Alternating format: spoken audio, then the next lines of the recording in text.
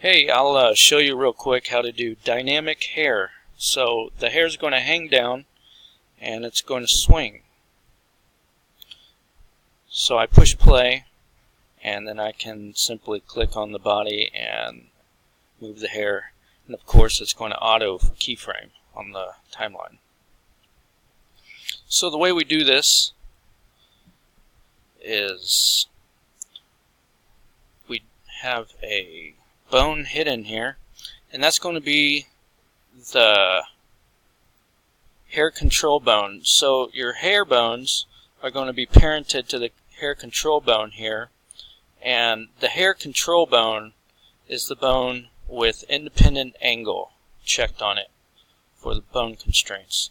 The hair, as I said, is parented to the hair control bone, and all three of those have bone dynamics, and that's how you get